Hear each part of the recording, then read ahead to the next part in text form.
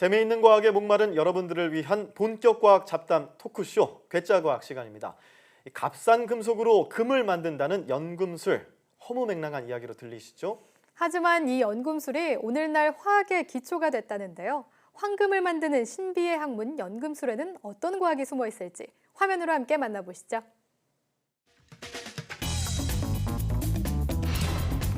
과학 이야기 더 이상 어렵게 할 필요 없습니다. 괴짜과학에서 쉽고 재밌게 풀어드립니다. 오늘도 괴짜 과학 커뮤니케이터 과학과 사람들 원종우 대표와 함께하겠습니다. 대표님 안녕하세요. 안녕하세요. 대표님 혹시 역대 최고 복권 당첨 금액이 얼마인지 아세요? 잘 모르겠는데요.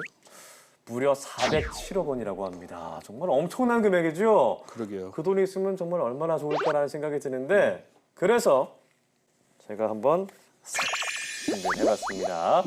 제가 당첨이 되면 한턱 쏘도록 하겠습니다. 기대하셔도 좋습니다. 네. 지금 오앵커님 모습 보니까 그 일확천금의 꿈을 가졌던 고대 사람들이 좀 떠오르거든요. 오, 고대에도 복권이 있었나요? 뭐 있었을 수도 있는데 네. 그보다 제가 드릴 얘기는 뭐 굴이나 철이나 뭐 납이나 이런 금속이 아니거나 싼 금속을 가지고 금을 만들려고 했던 사람들 이야기입니다. 아, 연금술 말씀하시는 거군요. 네네. 자, 그럼 오늘은 연금술에 대한 과학 이야기를 한번 나눠보도록 하겠습니다.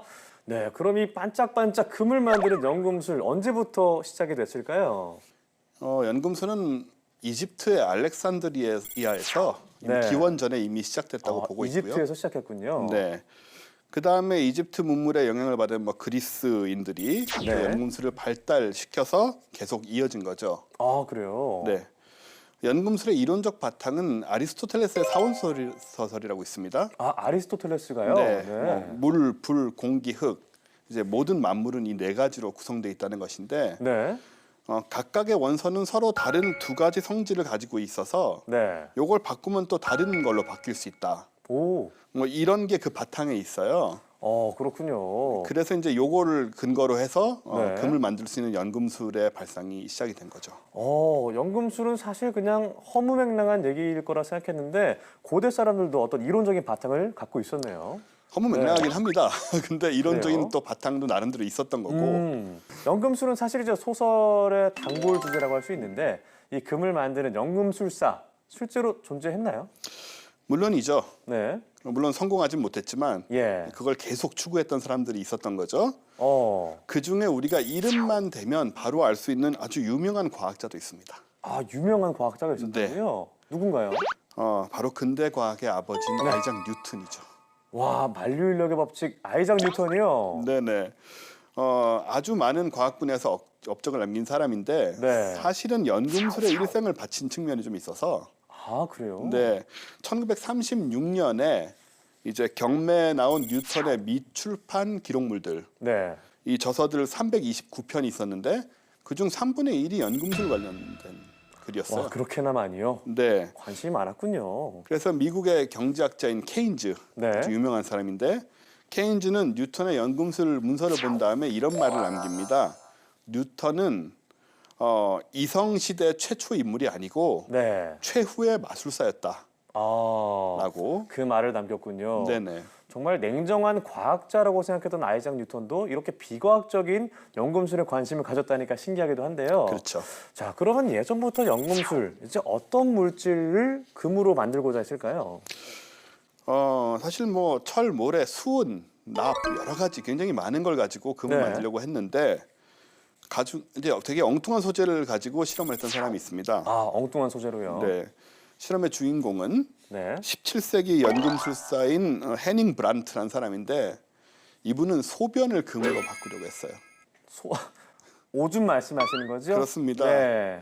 이유는 이상한데요. 일단 소변이 황금색을 띠고 있다라는 것이고 이 사람 좀 특이한데요. 그다음에 누구나 이제 소변을 보잖아요. 네. 그래서 굉장히 그 실험할 수 있는 자원이 많지 않습니까? 네. 그래서 여러 번의 실험 끝에 1669년에 네. 드디어 오. 금을 만든 것은 아니고 예. 자신의 소변에서 가연성이 있고 부드럽게 빛나는 녹색 물질을 추출해내게 됩니다. 빛을 내는 물질이요? 그게 네. 뭔가요? 당연히 금은 아니고 네. 이 물질은 후에 로버트 보일이라는 과학자에 의해서 독립적인 어떤 원소 이미 발견이 되고요. 이게 빛을 나르는 물질이라고 해서 인이라는 이름을 갖게 됩니다. 아, 인이요? 네. 오. 인은 이제 지금은 뭐 비료라든가 네. 뭐 성냥, 치아, 그 세제 등 다양한 곳에서 활용이 되고 있는 물질이죠. 와, 정말 이렇게 연금술을 통해서 새로운 물질을 발견하기도 했네요. 사실 연금술이 목적 달성은 못했지만 네. 과학 발전에 많은 공헌을 했습니다. 아, 그래요? 네. 과학 발전에 어떤 영향을 미쳤을까요? 앞서 말씀드렸듯이 인이라는 새로운 물질을 발견하기도 했고, 네. 그리고 뭐 알코올, 암모니아, 황산, 질산 같은 이런 물질들을 그 금을 만들려는 과정에서 또 찾아내요. 아, 굉장히 익숙한 물질들인데 연금술을 통해서 만들어낸 거군요. 네. 그리고 정확한 실험을 위해서는 아주 재료의 정확한 용량을 재야 되잖아요. 네. 그래서 저울을 발명하게 만들고, 어, 그리고 다양한 금속들을 섞어야 하기 때문에 금속을 녹이는 도구인이 뭐 도간이라고 하죠. 네. 그런 도가니요. 장비도 만들게 되고, 아, 그런 다음에 플라스크, 중류기 등 지금도 실험실에서 쓰고 있는 각종 실험 기구들이 연금술사의 손에 의해서 만들어집니다. 야, 그럼 연금술이 어떻게 보면 화학의 시초라고 볼 수도 있겠네요. 네, 그거는 사실 공인된 네. 그런 사실이죠.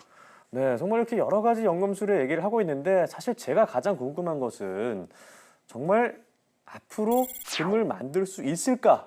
그런 가능성에 대한 궁금증이 있는데요. 네, 금을 만드는 것이 우리가 원하는 식으로 되진 않지만 네. 이런 식으로는 가능해요. 1911년에 예. 뉴질랜드의 화학자인 그 러더퍼드가 일반 금속 원소에 방사선을 쏴서 금 원자로 바꾸는 방법을 창안해냅니다. 아, 그래요? 연금술에 성공했다고 할 수도 있는데 네. 두 가지 문제가 있습니다. 하나는 이 원자들이 워낙 작아서 방사선으로 맞추기가 아주 어렵고요. 아, 그 다음에 금으로 변화시키기 가장 쉬운 금속이 백금인데 네. 백금은 금보다 더 비싸거든요. 아, 그래서 더 금을 만들기 위해서 더 비싼 금액을 들여야 되는 거군요. 네, 그래서 의미가 없죠. 네. 그런 다음에 2012년 최근 들어서 미국의 미시건 대학의 연구진이 박테리아를 사용해서 금을 만들어내는데 성공을 합니다. 어. 근데 이 역시 이 모든 비용을 따지면 금을 사는 것보다 훨씬 비싸기 때문에 전혀 의미가 없죠. 네, 기대했던 결론은 아니네요. 연금술은 쉽지 않다 이런 말씀이시잖아요. 그래도 새로운 것을 알게 됩니다.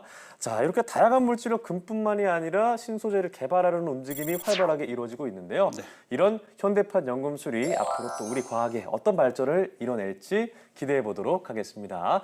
지금까지 과학과 사람들 원종호 대표와 함께했고요. 저희 괴짜과학 다음 주도 재밌는 주제로 돌아오겠습니다. 고맙습니다.